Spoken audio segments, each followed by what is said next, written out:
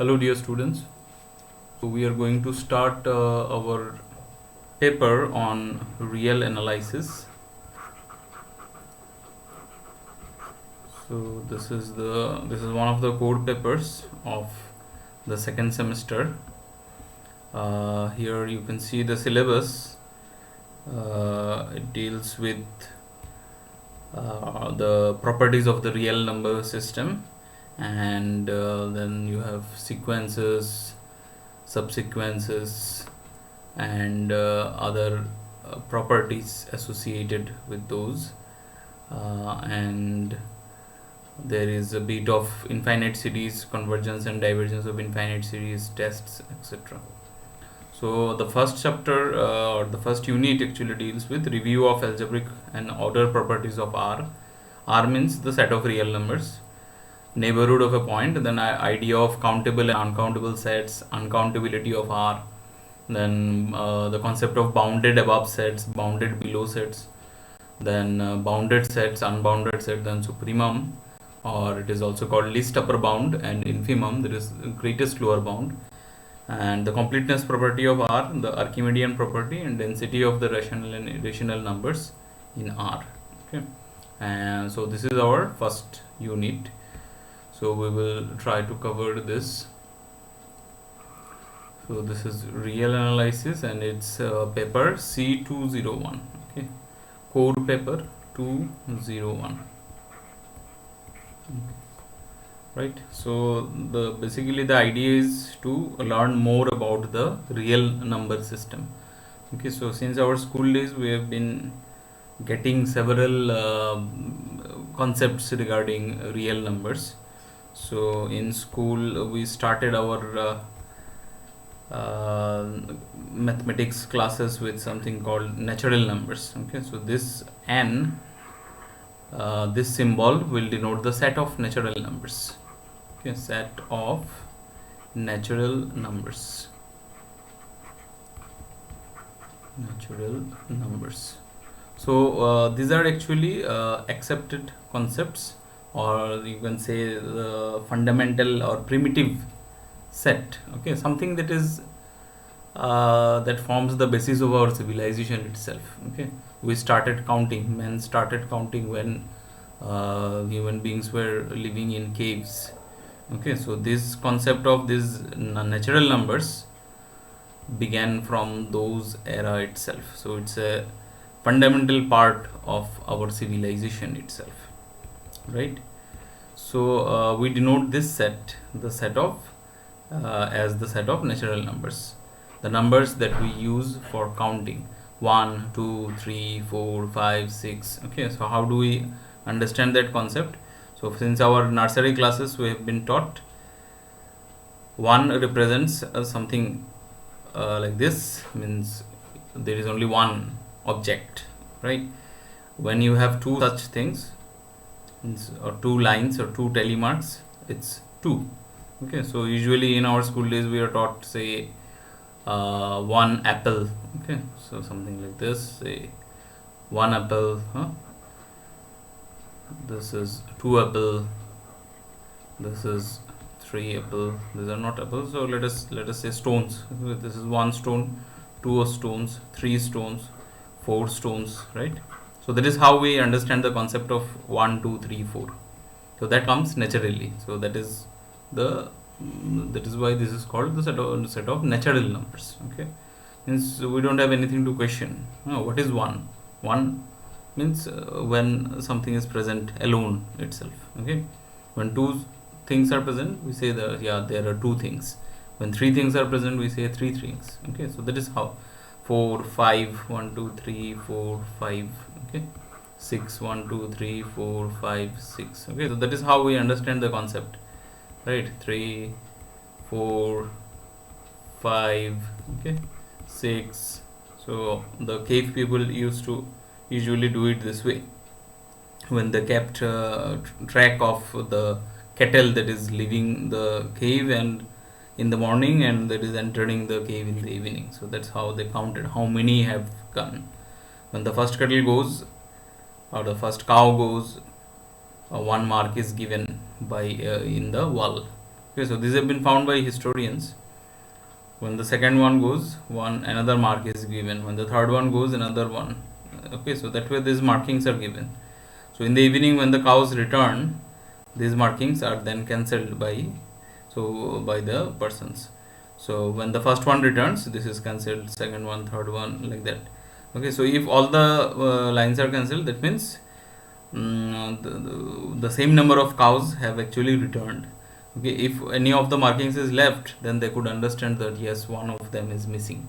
Okay, so that counting is a fundamental part of our civilization, and that is how we understand these numbers 1, 2, 3, 4, and 4. Okay, so this set is itself called the natural set of natural numbers. Okay, right. Then you have the set of integers z, where you introduce something called 0 together with plus and minus symbols. Okay, so this concept began when we wanted to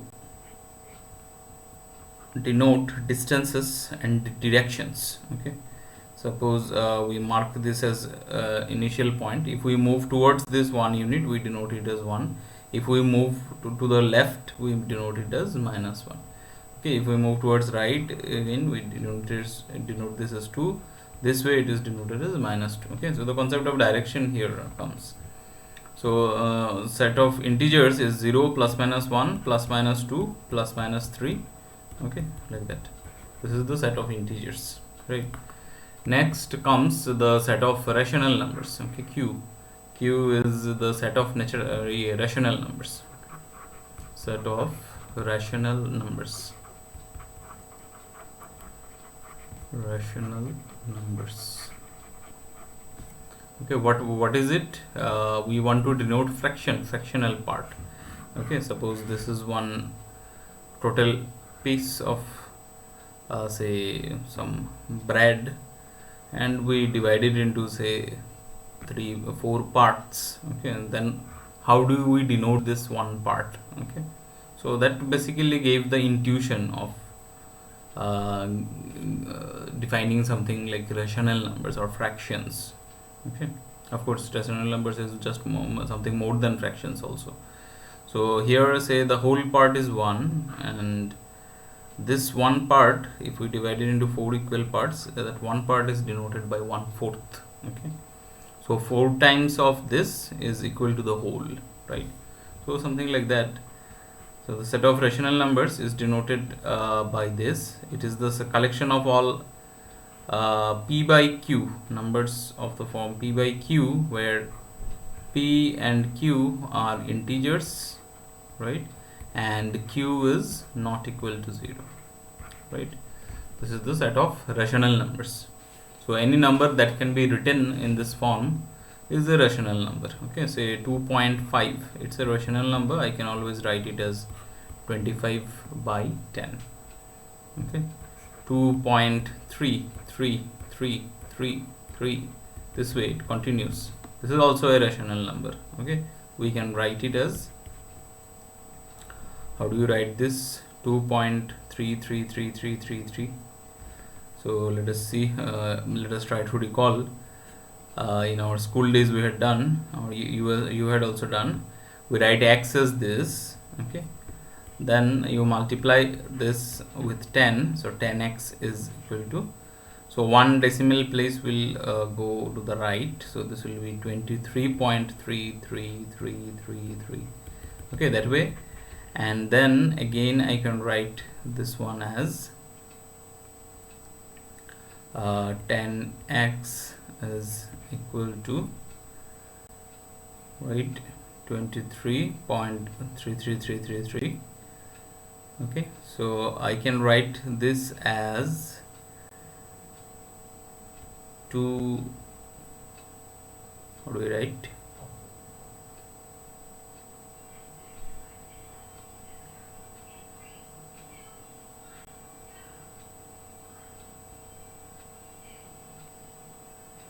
okay, so it's 21 plus 2.333. okay, I think it's correct. Yeah, 2.33333. so that is how we do. And then I can write this as 10x equal to 21 plus x. This 2.33333 is again x, so I can write this as 9x equal to 21. So x is actually 21 divided by 9. Okay, so this is how we can write 2.333. If you divide this, it's actually 9 to the 18 and 3 is there, 31. So 9 3 is a 27. Then again sorry, what happens, 9 to the 21, 18, 3, so that is 27, then again 3 comes, so it's it's correct only, 2.33333. okay, so I was getting confused. So x can be written as 21 divided by 9, right? That is how we can write this type of rational numbers. Okay, but then there was a problem that there are some numbers which cannot be written in this form. Okay, there are many numbers which cannot be written like p by q. Okay, so one famous example was the square root of 2. Okay, right, p by q equal to root 2. If I write it this way, then there can be some problems. Okay, so people came out with different ideas that root 2 is not one such number which can be written in the form p by q, where p and q are integers. So we needed something else for the definition of this type of number. So numbers which cannot be written in this type, they came to be known as irrational numbers. Okay, irrational numbers. Okay, so given any numbers, so either it's rational or it's irrational. Okay, so in our school days we had learned about the real line or the number line in school days. So there was a point called 0 and the markings were given as integer points, and we were asked to find out or point out various fractions, fractional values on this number line, right? Okay, so that was an exercise. So any point on this, actually on this line, corresponds to a real number. Okay, so that is another way of seeing real numbers. The distance from this to this, any such point will give us a new number. Okay, say if I start from here and go up to this position, so I get a number at this position, right? If I go from here to this position, I get another number at this particular position, right? So this is another way of viewing real numbers. So of course we will not go very deep into the actual construction of real numbers. There are several theories related to it.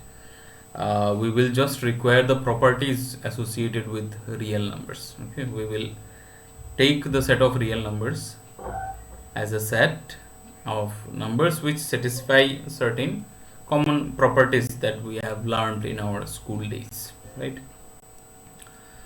So using that, let us define what is a set of real numbers.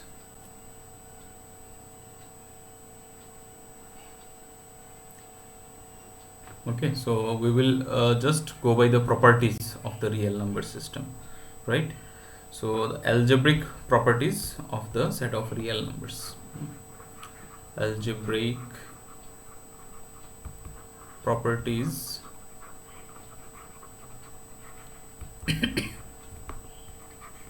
of R. Okay, so R is what? The set of real numbers. Sorry, I did not write it here. So the R, it is the collection of all rational and irrational that we say in our school days. So here in real analysis we will say something different, something more technical. Okay, so we will come across that. So R is the set of real numbers. Real numbers. Okay, so so algebraic properties of R. So there are some properties which are satisfied with the set of real numbers with respect to two operations, right? Two operations with real numbers. Okay, so those are actually addition and multiplication. Okay, so the set R of real numbers with the operations. So it is assumed that we know what is addition and multiplication, as we have learned in school days. Okay, so that is taken for granted, how we add two real numbers. Okay, how we subtract, how we multiply. Okay, the set R of real numbers with the operations plus, that is called addition, and dot, that is multiplication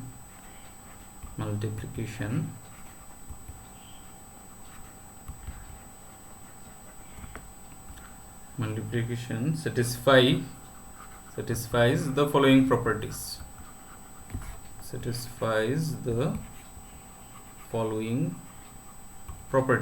Okay, so since our school days, we have seen several properties of the real number system. So in real analysis, what we do, we list out some minimum properties.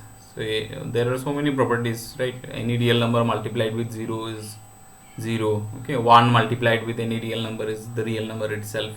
Okay, so in real analysis, what we do to give it a rigid structure, we list out some very essential properties of the real number systems, which are very fundamental to prove other properties. Okay, all other properties can be derived using these listed properties. Okay, we cannot do away with any one of those, right? So that is how mathematicians have listed, or they have figured out that yes, these properties of real numbers are absolutely necessary to understand or to further study the real numbers. Okay, so those properties, or these are also called axioms, field axioms. Okay, as we will see, these are actually called field axioms, right?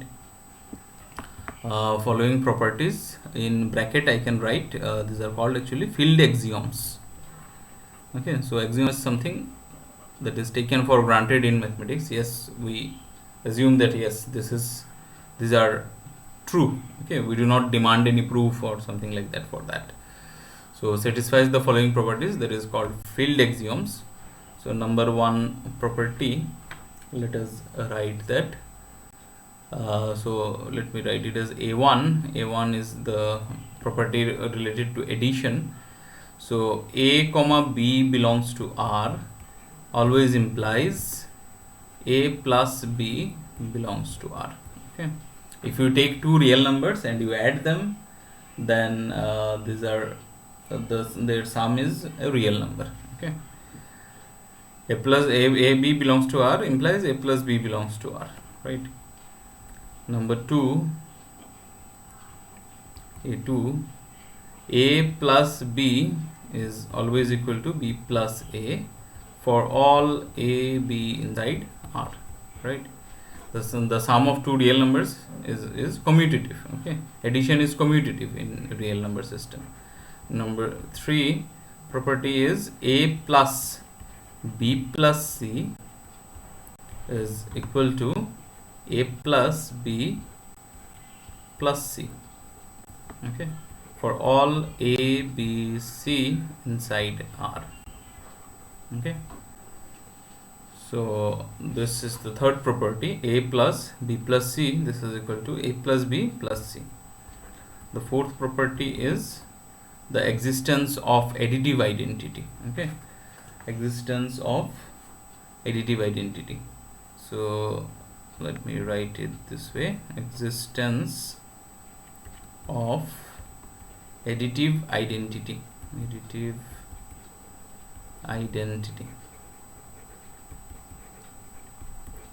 Okay, so what does it say?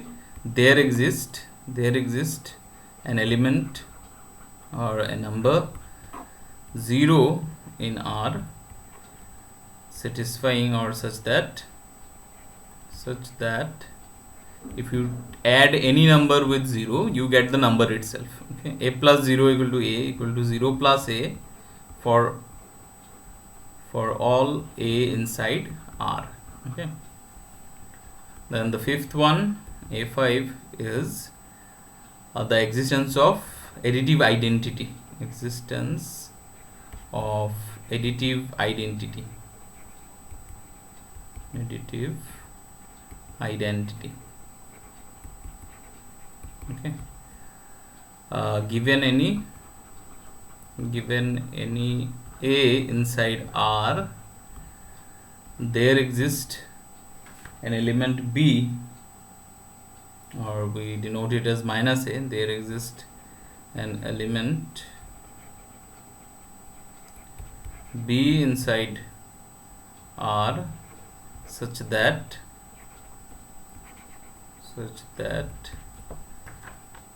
this happens. A plus B is equal to 0 equal to B plus A. Equal to B plus A is not necessary to write because already we have seen the commutative property. Right, so still let us write equal to B plus A. Right, so given any A in R, we can find another element B which satisfies that the sum of those two elements gives the additive identity. Okay, so that is obviously the number 2. For that, the number minus 2 will work. 2 plus minus 2 gives you 0. Okay, so this minus 2 is called the additive inverse of 2. Okay, this is the existence of additive inverse or negative elements. Right, then the multiplication properties are there. Say M1, A comma B belongs to R. If you take two real numbers, then their product is also a real number. Okay. Then M2 is the product is commutative. Okay, A dot B is equal to B dot A for all A B inside the set of real numbers. M3 is the associative property. If we take this A dot B dot C, this is equal to A dot B dot C. Okay, so we can associate. Right, so this is the associative property. Right, so this is commutative, and this property is the associative property. Right, number 4 is the existence of multiplicative identity. Okay, existence of a unit element, unity, existence of multiplicative identity,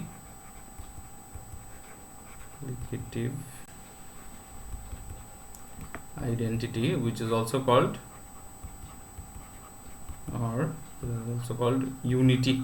Okay. So there exists an element 1 belongs to R, so we denote it by 1, such that 1 into A is equal to A into 1 for all A inside R. Any real number multiplied with any real number A multiplied with 1 gives the number itself. Okay, so that is what. Number 5 is existence of multiplicative inverse for non-zero elements. Okay, existence of reciprocals for non-zero elements. Existence of multiplicative inverse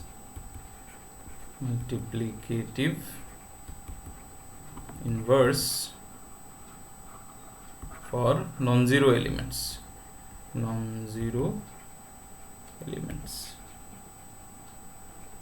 Okay, so what is that property? Given any A not equal to 0 in R, okay, there exists B in R such that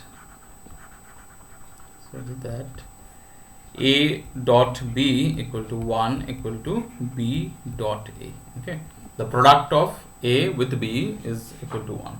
So we will see later that this B can be denoted by 1 by A. Okay, means is denoted by 1 by A because we will show subsequently that this element B is unique. We will also show that the element this B, in case of this additive identity, this element is also unique. Okay, so these properties together with another property that is called the distributive property. Okay, distributive property, distributive property.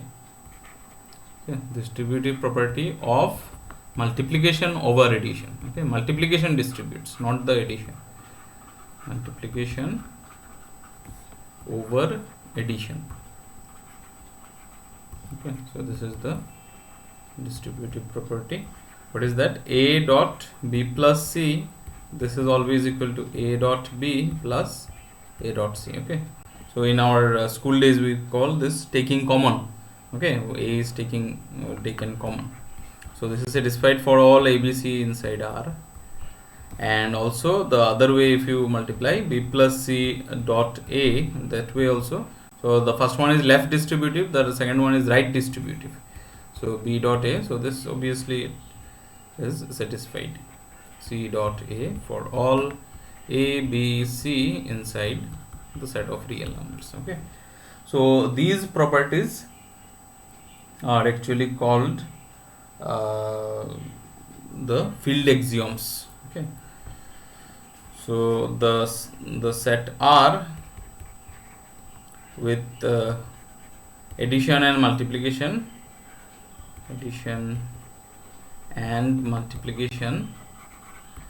satisfying the above properties,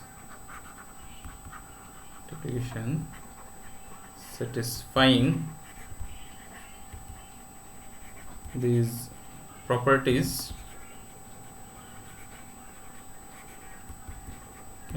is called a field. Okay, so we say that R is a field. Okay, right. So you please go through these properties of the set of real numbers.